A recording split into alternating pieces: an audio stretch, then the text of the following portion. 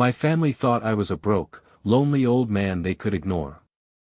What they didn't know was that a $50 million lottery ticket sat in my kitchen drawer the whole time. To them, I was just Dad, the man who always wore the same faded jacket, who still drove the rusted pickup, who didn't understand how things worked anymore. They spoke to me like I was fragile, but what they never realized was that I was just quiet, not weak. I listened when they complained about money, about how hard life was. I offered small bits of advice, but they brushed me off like I was a burden. I could see it in their eyes, pity mixed with impatience. They had no idea the same man they dismissed had a secret worth more than any of their ambitions. And when I finally asked them for help, just a little help, I wasn't testing their wallets. I was testing their hearts. What came next shattered something in me that money could never fix. Before I tell you how everything unfolded, hit subscribe if you believe family should never be tested by greed. It really helps the channel, and I promise, you'll want to hear how this one ends. I kept that winning ticket tucked beneath a stack of unpaid bills, waiting, watching, wondering what people become when they think you have nothing left to give. Turns out, that tiny piece of paper didn't just change my fortune, it revealed who my family truly was.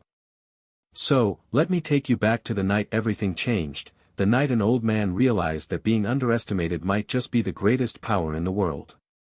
It was a Thursday night in late October, the kind of night when the wind carries the smell of cold rain and dead leaves. I sat alone in my small living room, the television humming softly, a mug of instant coffee cooling beside me. I wasn't waiting for anything special, just another set of lottery numbers flashing across the screen. I'd been buying those tickets for years, more out of habit than hope. When the first number appeared, I barely looked up. 6. Then 14. My pen froze halfway through the paper. 25, 33, 46. I sat forward. My heart began to thump hard in my chest. The final number, 17. The same 6 I'd written down 2 days before. For a long moment, I didn't breathe. The room felt too small to contain what had just happened. $50 million. I stared at the ticket lying on the table, its flimsy paper trembling in my hand. It felt unreal, like a cruel joke. I looked around the room at the old wallpaper, the faded photographs of my late wife, Margaret, smiling in the garden we used to tend together. She would have laughed, that practical, no-nonsense laugh that made everything feel lighter. "Don't you dare have a heart attack before we figure out the taxes," she would have said. The memory made my chest ache. We had spent everything we had on her treatments. Every penny. And when she was gone, the house felt empty. Not because of silence, but because love had moved out with her. I folded the ticket carefully, slid it under a stack of old bills, and sat back down. The numbers still glowed on the screen like they were mocking me. $50 million, and I couldn't even think of a single person I trusted enough to tell. My son, Mark, hadn't visited since the funeral. He'd called twice that year, both times to check in, and both times to ask for a little money until his next bonus cleared. My daughter, Lisa, used to call on Sundays, but lately, it was always about her struggles, rent, bills, the kids. Somehow, my quiet life had become their backup plan. I thought about calling them that night, telling them their old man had struck gold. But something inside me stopped. Maybe it was pride. Maybe it was fear. Maybe I just wanted to know, if I had nothing to give, would they still care? The house creaked in the wind. I turned off the TV and sat in the dark, listening to the faint hum of the refrigerator, the whisper of the rain against the window. $50 million, and I'd never felt more alone. But beneath the loneliness, something else began to stir, a slow, deliberate kind of clarity. The ticket wasn't a blessing yet. It was a mirror. It was going to show me the truth, whether I liked it or not. I whispered into the quiet room, almost as if Margaret could still hear me, "Looks like I've got one last lesson to learn." Then I smiled, not with joy, but with resolve. I'd keep the secret close. I'd wait, And when the time came, I'd see my family for who they truly were. That was the night everything changed, not because I became rich, but because I realized how poor love had become in my own home. For days after that night, I moved through the house like a ghost. Every morning, I'd make coffee, stare at the folded ticket tucked inside the second drawer beside the cutlery, and wonder if I was still the same man. I didn't feel rich. I felt untethered. Like my life had split in two, the world that saw me as a worn-out retiree, and the quiet reality that $50 million sat 10 feet away from the toaster. I didn't rush to claim it.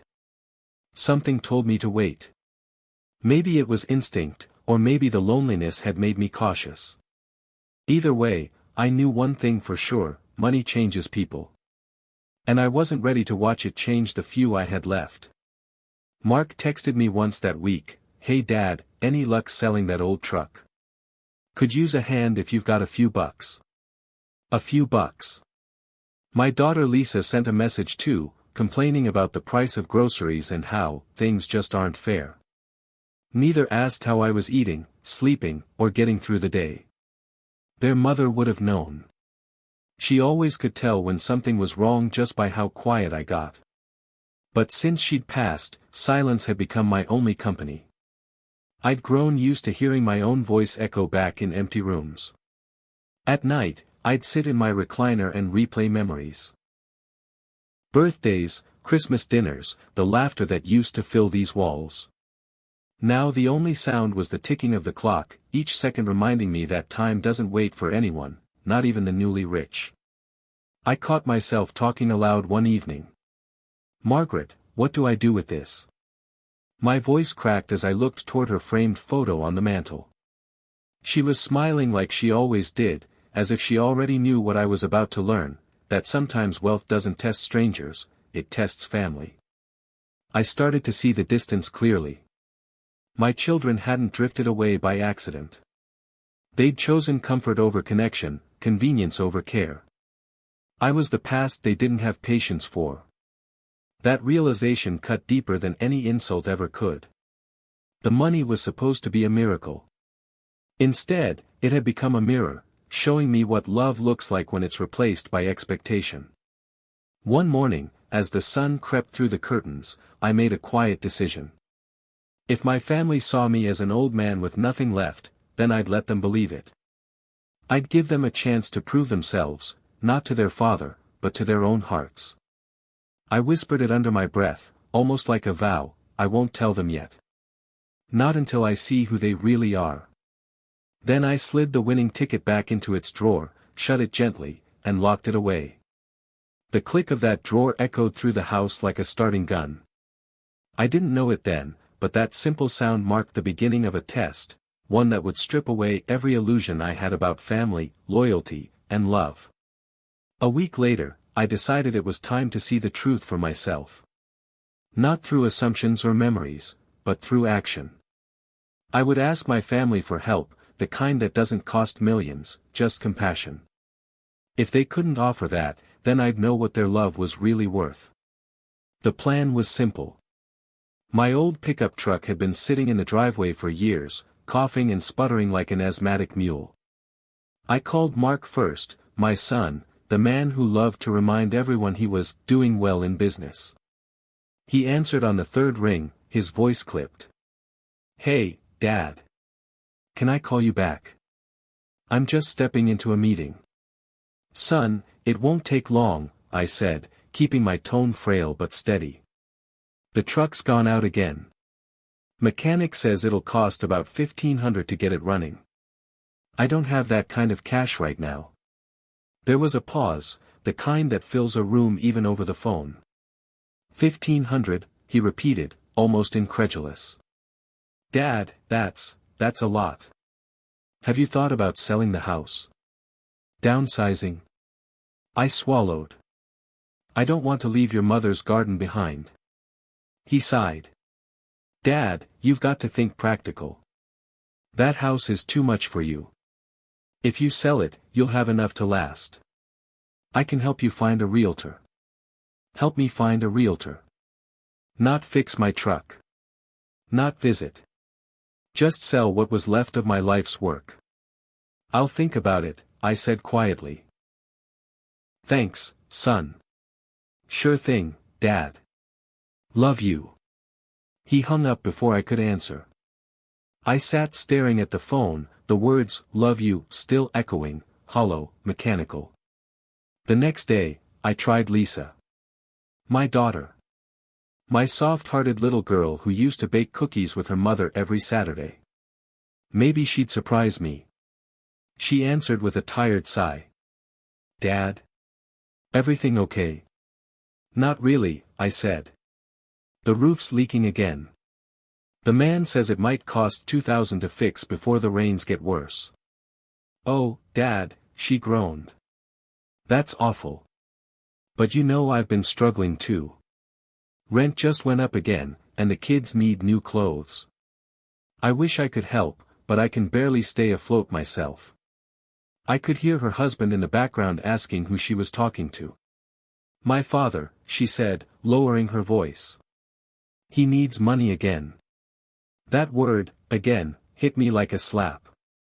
I hadn't asked her for a dime in years. It's fine, Lisa, I said softly. Don't worry about it. She hesitated. Maybe you could cash out your pension early? Or take out a reverse mortgage? I thanked her for the advice, then ended the call before my heart gave out entirely.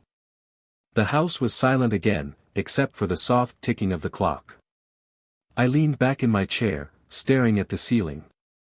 I had given these children everything, a home, an education, every ounce of love I could muster after their mother passed.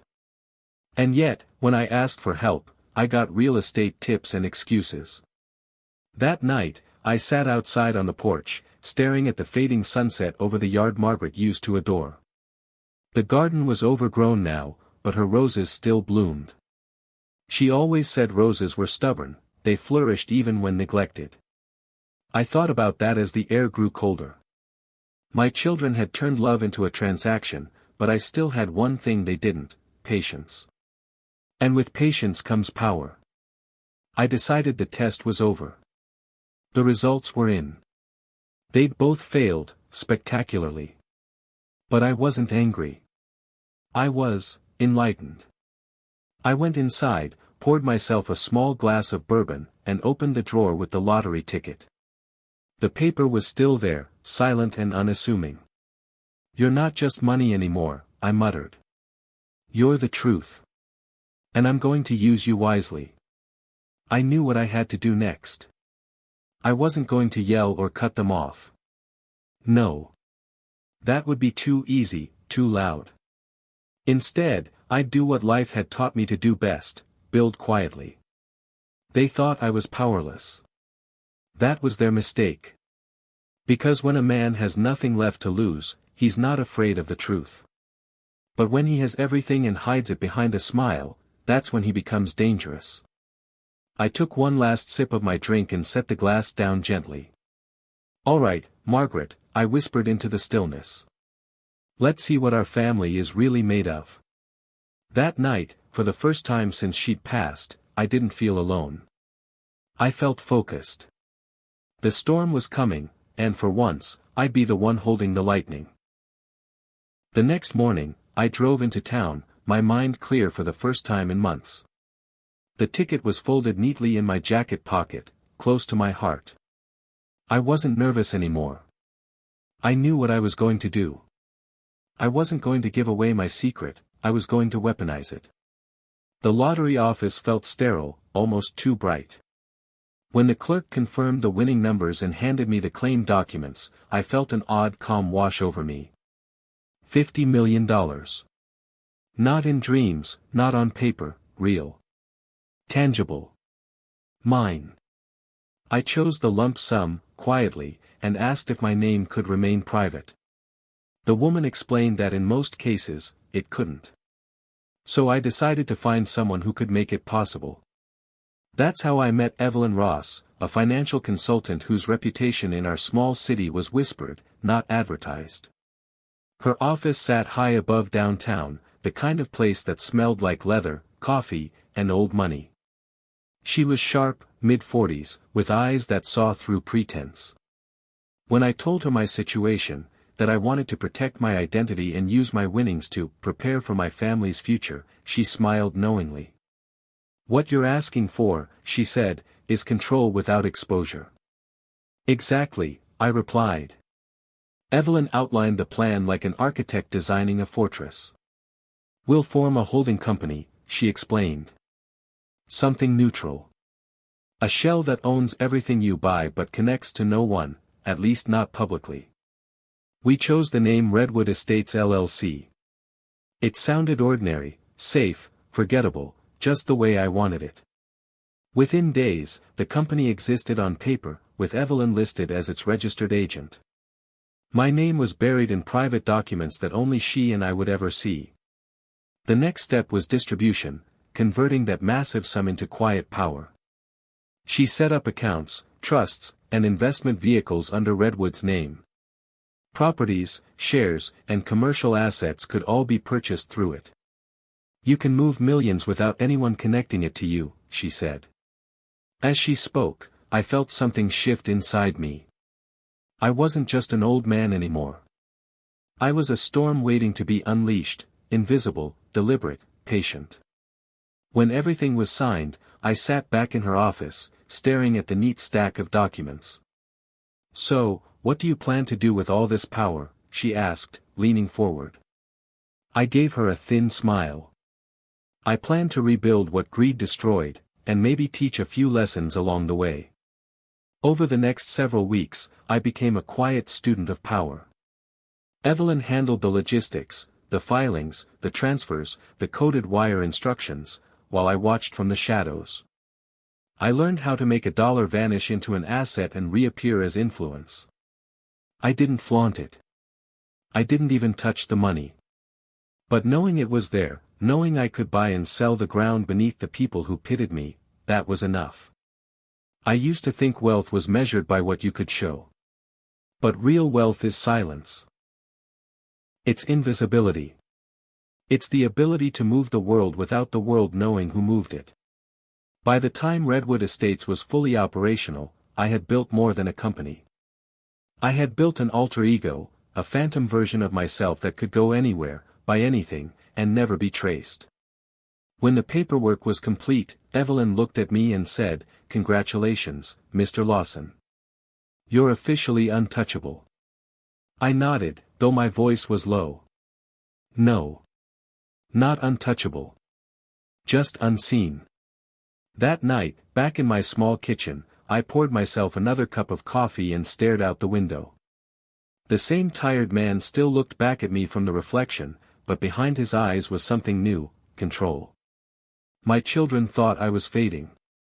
They thought I was small and fragile.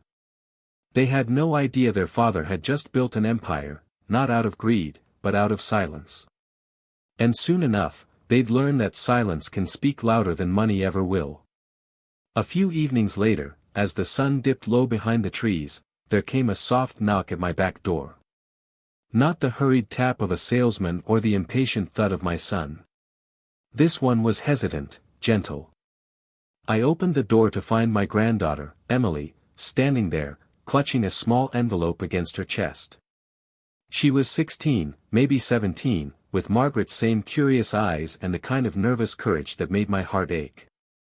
"Grandpa," she said, her voice barely above a whisper, "Mom told me you're having money problems. She said you might lose the house." For a second, I couldn't speak. I'd grown so used to manipulation and disappointment that I'd forgotten what genuine concern sounded like. Before I could answer, she extended the envelope toward me. "It's not much," she murmured, "but I wanted to help." I took it carefully, feeling the weight of it, not just the paper, but what it meant. Inside was a stack of wrinkled bills, mostly 5s and 10s. I counted them later, $187 in total. Money she'd earned from babysitting, dog walking, and saving birthday cash. "I can't let you do this," I said softly, but she shook her head. "It's not about the money, Grandpa. You've always helped me. I want to help you too." Her voice trembled on that last word, and for the first time in years, I felt something warm push through the armor I'd built around my heart. I pulled her into a hug. She was small, fragile almost, but in that moment she felt like the strongest person in the world. When she left, the house felt different.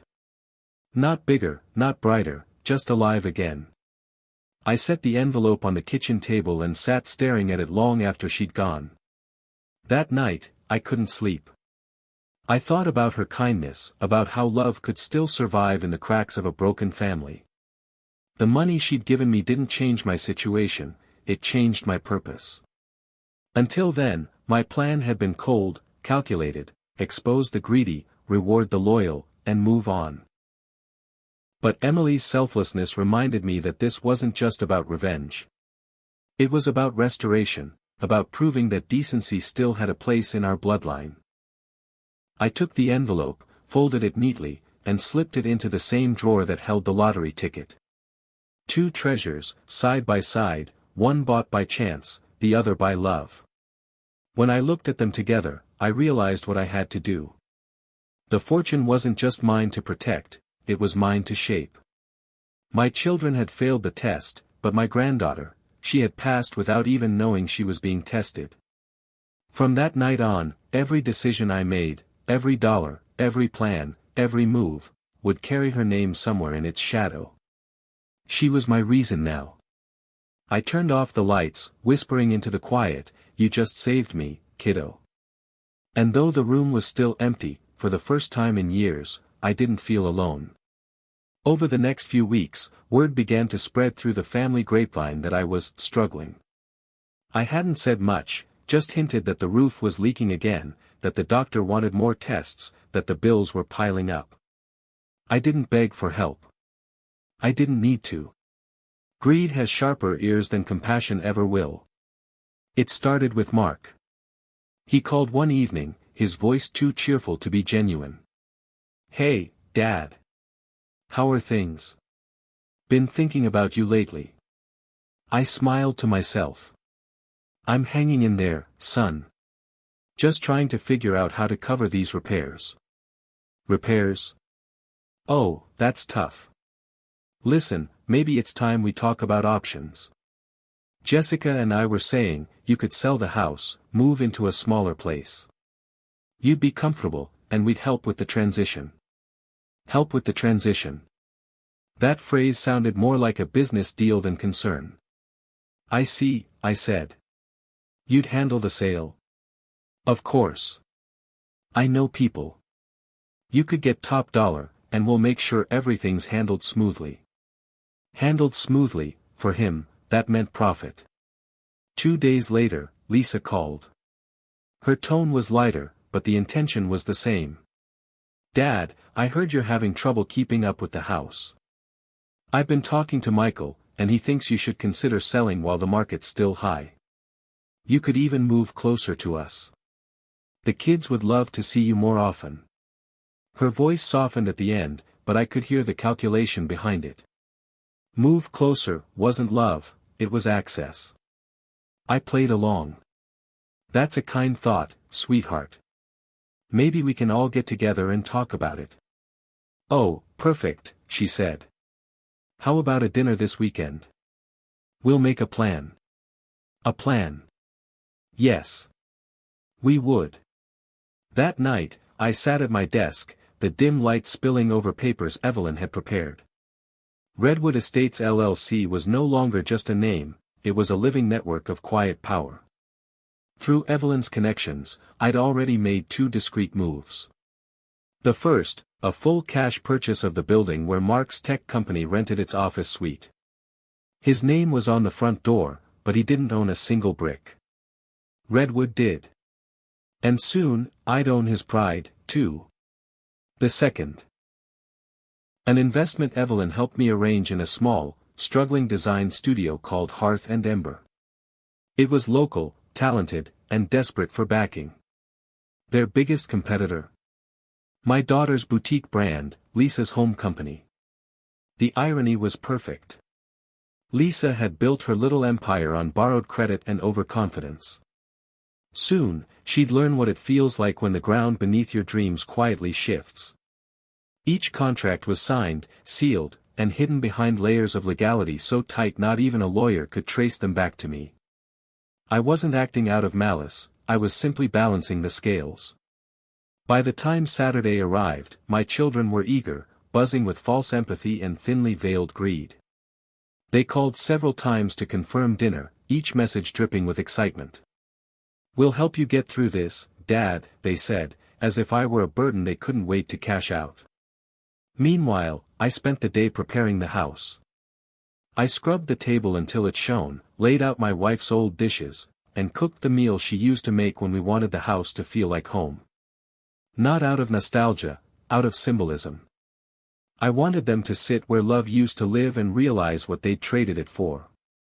When I looked around the room, everything felt like a stage set for the truth. The family photographs on the walls, the smell of roasted chicken, the flicker of warm light, all of it hiding the storm that was about to break. Before I sat down, I opened the drawer where the lottery ticket still rested beside Emily's envelope. I touched both gently, whispering, "This is for you, sweetheart. For your future, and for your mother's peace." As the clock struck 7, I heard tires crunching on the gravel driveway. Laughter, confident footsteps, the sound of doors closing. They were here, unaware that the man they planned to rescue had already rewritten their destinies. I took a deep breath, straightened my shirt, and forced a weary smile. They thought they were coming to discuss my salvation. What they didn't know was that they were walking straight into their own reckoning. By the end of that dinner, they would finally understand what it means to underestimate a man with nothing left to lose, and everything left to prove. The evening began like any other family dinner, but beneath the warm light of the dining room, tension pulsed like a silent drum. The smell of roasted chicken and baked potatoes filled the air, my wife's old recipe, the one she used to make when she wanted everyone to feel at home. I wondered what she'd think if she saw how far we drifted from that simple love. Mark arrived first, wearing a blazer that screamed overcompensation. He scanned the room, his eyes darting between the furniture and the framed photos on the wall. "Still holding on to all this old stuff, huh?" he said, forcing a laugh. I smiled politely. "It keeps me company." Lisa followed soon after, her husband in tow, holding a bottle of wine she'd clearly picked up on the way. "For you, Dad," she said, placing it on the table. "It's been too long. Too long." Those words carried the weight of years she'd chosen to forget. But I said nothing. I just nodded, gesturing for them to sit. Emily arrived last, shy and quiet, her eyes bright when they met mine. She helped me carry plates to the table. I caught her hand briefly and whispered, "Thank you for being here." She smiled, the kind of genuine smile that can't be bought or rehearsed. We started eating. The conversation was forced at first, a shallow mix of small talk and thinly veiled impatience. Mark was the first to break it. "So, Dad, we've been thinking," he began, setting down his fork. "You've done so much on your own for so long. Maybe it's time we helped you manage things a bit better." Lisa jumped in quickly, her tone rehearsed. "Yes, we just want what's best for you.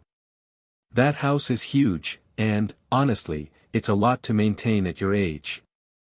I looked between them, pretending to ponder their words. "You think I should sell it?" Mark nodded, leaning forward. "It's the smart thing to do. You could move into a smaller place, maybe near Lisa. You'd be closer to family." Lisa smiled, sipping her wine. "You wouldn't have to worry about bills anymore. We'd make sure everything's handled." I let their words hang in the air for a moment before setting down my knife. "That's kind of you," I said softly. "Funny thing, though, just a few months ago, when I asked for a little help, neither of you had much to spare." The table went silent. Mark's smile stiffened. Lisa's eyes flickered toward her husband. "Well, things were different then," Mark said. "You know how business can be." I nodded slowly. "Yes, I imagine they are different now." I stood, walked to the sideboard, and retrieved a small box of envelopes. Each one was sealed, marked with their names in my shaky handwriting. I placed them carefully in front of them. "What's this?" Lisa asked, her fingers already tracing the edge of the paper. "Just some documents," I said. "Something I've been meaning to show you both before making any big decisions." Mark tore his open first. His eyes scanned the first page, then froze. His smirk faltered. This can't be right," he stammered. Lisa frowned and opened hers. Within seconds, her expression drained of color. I sat back down and folded my hands. "It's all true. Redwood Estates LLC, that's the company that owns your office building, Mark. The same one that just raised your rent by 30%. He blinked rapidly, shaking his head. What? You bought the property?" I smiled faintly. "Not directly. Redwood did. Months ago." Lisa's hands trembled as she flipped through her documents. "Hearth and Ember," she whispered. "They're our competitor. You funded them?" "I did," I said evenly. "They were struggling, but they had passion. Reminded me of someone I used to know, your mother, maybe. She believed in hard work, not entitlement." Mark pushed his chair back, his voice rising. "This is insane. You're saying you set us up?" "No," I replied calmly. "You set yourselves up. You showed me who you were when I asked for help, and I listened." Lisa's eyes welled with tears, part anger, part disbelief. "Why would you do this, Dad? We're your family." I looked at her for a long time before answering. "Family doesn't abandon you when you're weak. Family doesn't measure love by convenience. You both failed that test long before money entered the picture." Silence filled the room again. Even the air felt heavier. Then I reached for the third envelope, smaller, lighter, and handed it to Emily. "This one's for you, sweetheart," I said gently. She hesitated before opening it. Inside was a scholarship trust, fully funded under her name, along with a letter written in my careful handwriting. She looked up, confused. "Grandpa, what is this?" "It's your future," I said softly. "College, travel, whatever dreams you want to chase. You earned it, Emily, not with money, but with heart." Her lip quivered as she read the note aloud, barely above a whisper. "For the only one who remembered what love looks like." The room was still. Mark's jaw tightened, Lisa stared down at her untouched plate. No one spoke for a long time. The only sound was the ticking clock above the mantel, a slow, deliberate reminder that time always tells the truth. Finally, Mark broke the silence. "So, what now? You just sit there and gloat?" I met his eyes. "No. I sit here and forgive you. But forgiveness doesn't erase consequences. You both wanted control of my life. Now you'll work under it." He stood abruptly, muttering something under his breath, and stormed out. Lisa followed, her husband close behind, leaving the door wide open to the cold night air. Emily remained seated, tears shining in her eyes. "Grandpa, are you okay?" I nodded slowly, my voice steady. "Better than I've been in years." We sat there in silence for a while, the candles flickering low. The house, once filled with tension, felt calm again, not because the pain had disappeared, but because truth had taken its place. As I cleared the dishes, I whispered to the empty air, to Margaret's memory, "It's done. They finally saw me." And somewhere deep down, I could almost hear her voice, warm, approving, and proud. The morning after the dinner, the house was quiet again, but it felt different, lighter. The storm had passed, and all that remained was truth.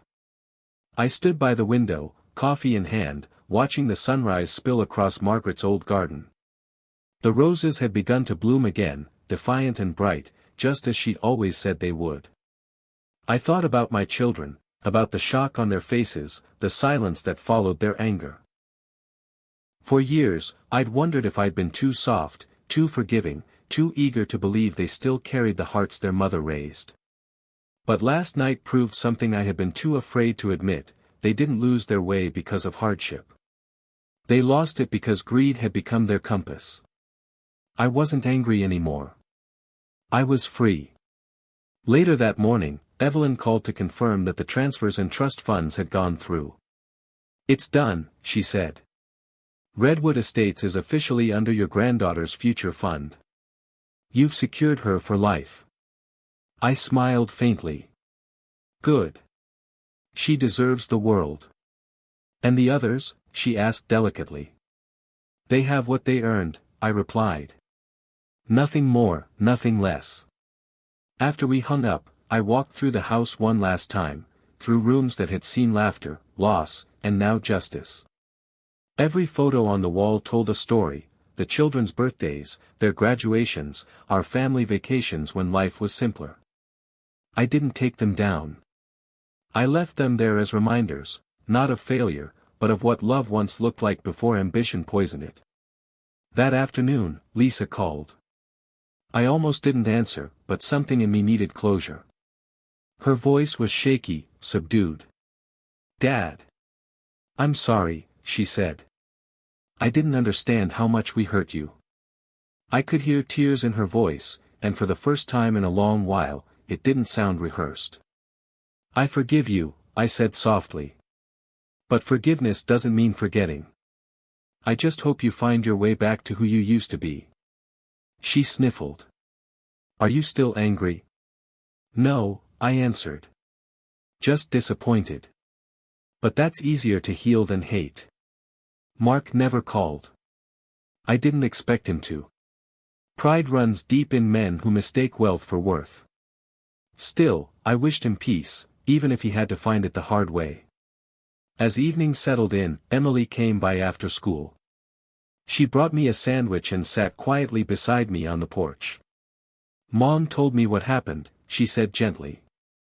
I nodded. I figured she would. "Are you okay, Grandpa?" "I'm better than okay," I said, smiling. "I finally know who my family is." She rested her head on my shoulder. "I don't care about the money. I just don't want you to be alone." I chuckled softly. "Don't worry, kiddo.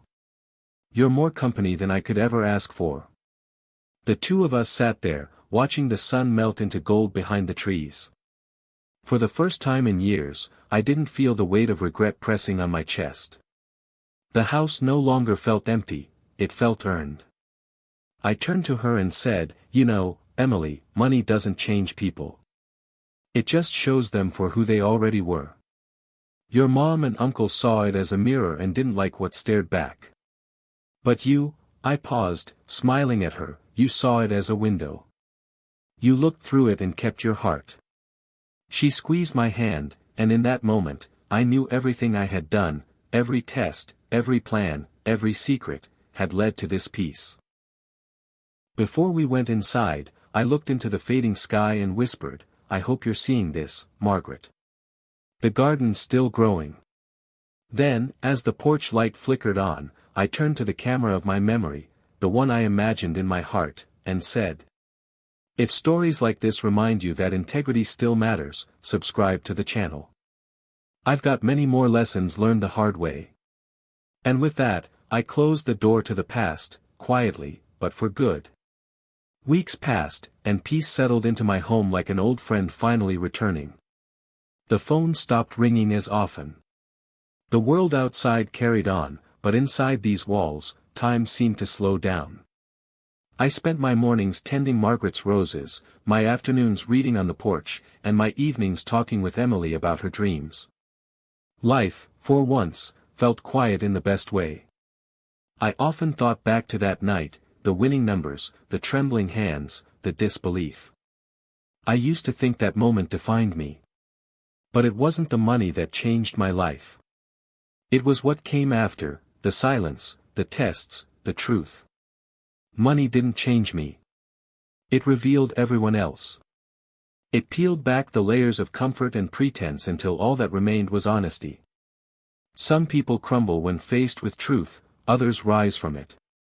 I learned that family isn't about shared blood, it's about shared heart. I don't hate Mark or Lisa. In some strange way, I pity them. They were chasing what I already had, peace.